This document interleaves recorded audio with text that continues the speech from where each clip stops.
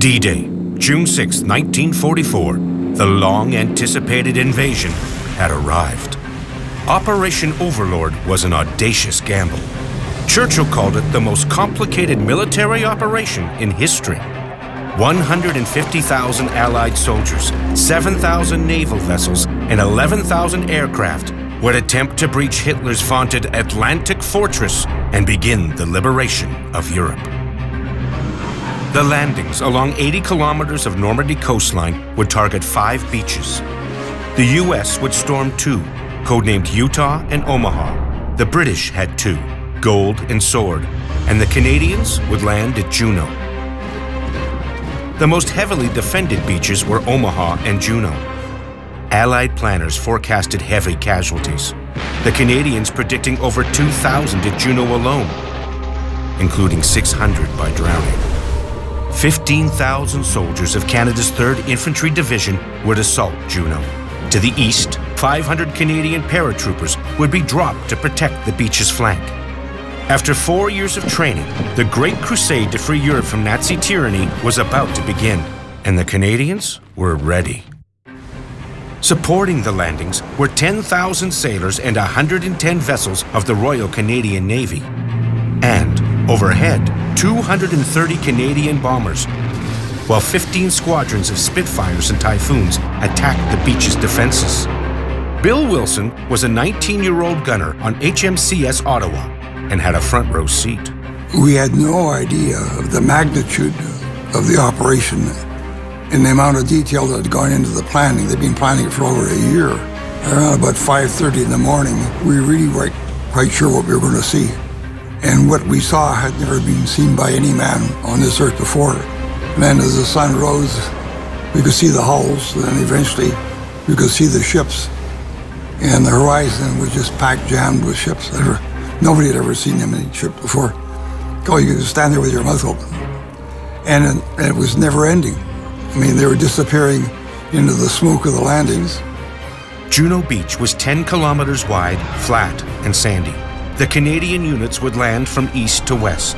The North Shore Regiment from New Brunswick, next to the Queen's Own Rifles from Toronto, the Regina Rifles, Winnipeg Rifles, and the Canadian Scottish from Victoria. Supporting the infantry were the duplex drive swimming tanks of the 1st Hussars from London, Ontario, and Winnipeg's Fort Garry Horse. The swimming tanks were to land first, but were held up by heavy seas. The Canadians faced formidable defenses, including thousands of mines, tetrahedral beach obstacles, barbed wire, concrete gun emplacements, and dozens of machine guns and mortars. And we really, as sailors, sitting out there in the ocean, looking at all the smoke and gunfire, one thing and another, what was happening to those soldiers who were trying to get out of landing craft and get their feet onto the sand. We knew what they would have to go through, but maybe not to the extent. You can't visualize guys coming out of a barge and meeting machine gun fire and mortars and shells from artillery and postal batteries. We couldn't visualize that. The Armada commenced fire at dawn. The first waves hit the beach around 8 a.m., landing at low tide to avoid the obstacles. They faced a deadly sprint across the beaches, which they hoped would be mitigated by the Navy's deadly barrage.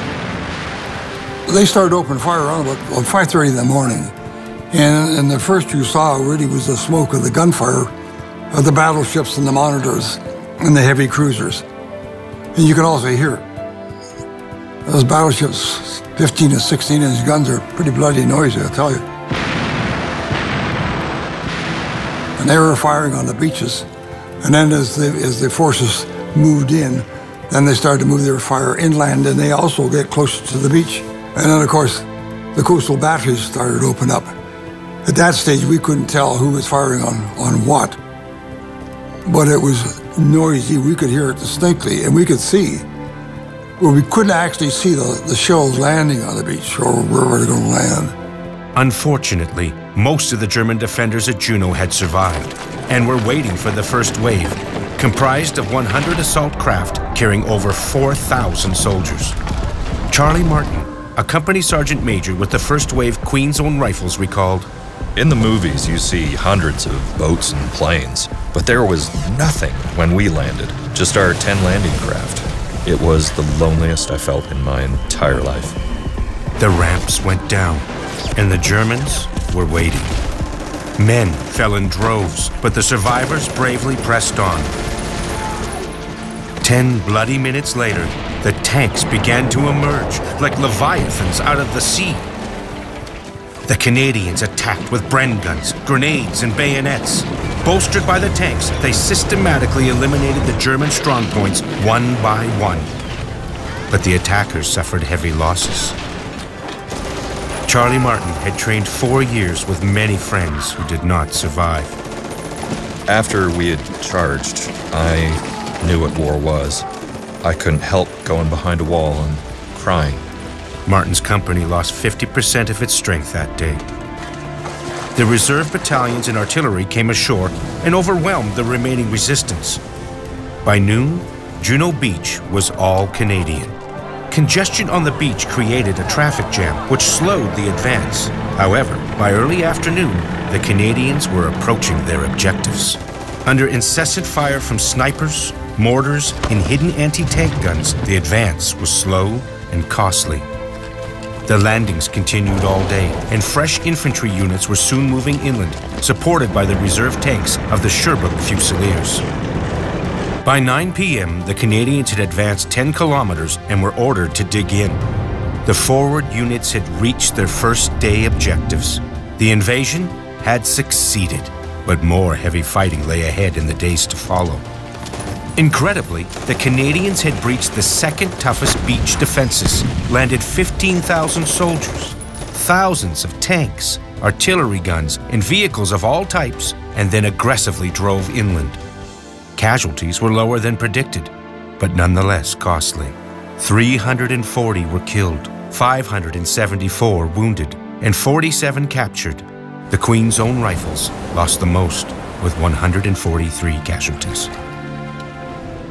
Noted British historian John Keegan lauded the Canadian performance. At the end of the day, its forward element stood deeper in France than any other division. The opposition the Canadians faced was stronger than any other beach save Omaha. That was an accomplishment in which the whole nation could take considerable pride.